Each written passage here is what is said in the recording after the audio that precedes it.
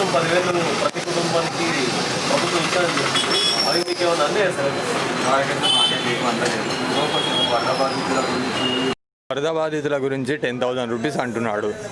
ఇప్పుడు ఎలక్షన్స్ వచ్చినాయని చెప్పేసి 10,000 చెప్తున్నాడా? విలేజ్లలో ఊర్లు ఉన్నాయి, పంటలు మునిగిపోయినాయి, అక్కడేమైంది మరి? ఇప్పుడు దీనికే నువ్వు 10,000 ఇస్తున్నావు, అక్కడ ఎలక్షన్స్ లేదని చెప్పేసి నువ్వు ఇక్కడ 10,000 ఇవ్వడం ఏంది?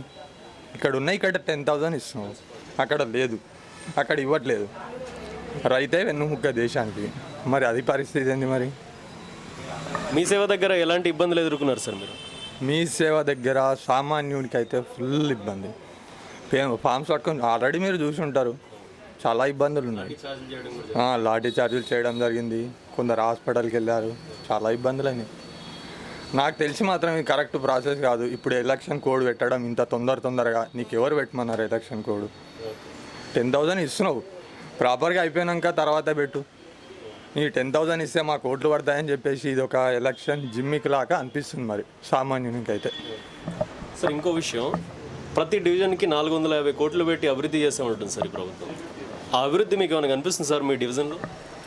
హైదరాబాద్కు సముద్రం లేకుండే, ఇప్పుడు సముద్రం ఒకటి మొన్న మనం చూసినప్పుడు అయితే సముద్రం వచ్చింది. మరి మేబీ ఏమైనా షిఫ్ట్లు లైట్ వెళ్తే చెప్పలేము, మరి అట్లా అభివృద్ధి అయింది.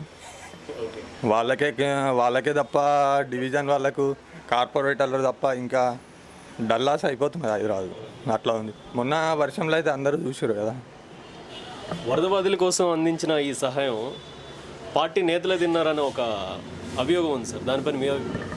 అదైతే సామాన్యుడు ప్రతి ఒక్కరు చెప్తుర్రు. నువ్వు అభివృద్ధి చేసింటే కనిపిస్తుంది. ఏడ కనిపిస్తుందండి? రోడ్లు వేసినావు, ఫ్లైఓవర్లు వేసినావు. ఫ్లైఓవర్ రోడ్లు వేయడం కాదు అభివృద్ధి అంటే.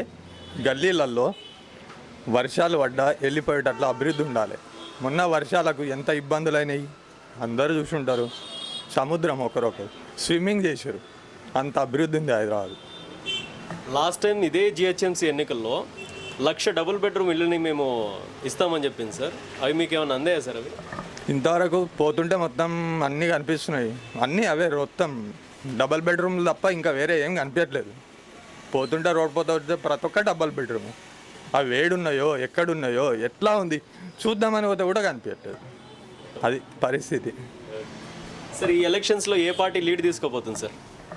మేబీ అయితే మొన్న జరిగిన దుబ్బాక ఎలక్షన్ ప్రభావము బీజేపీ అని అనుకుంటున్నాను. ఫామ్ చేయొచ్చు ఏదని టకఫర్ మాత్రం ఉంటుంది.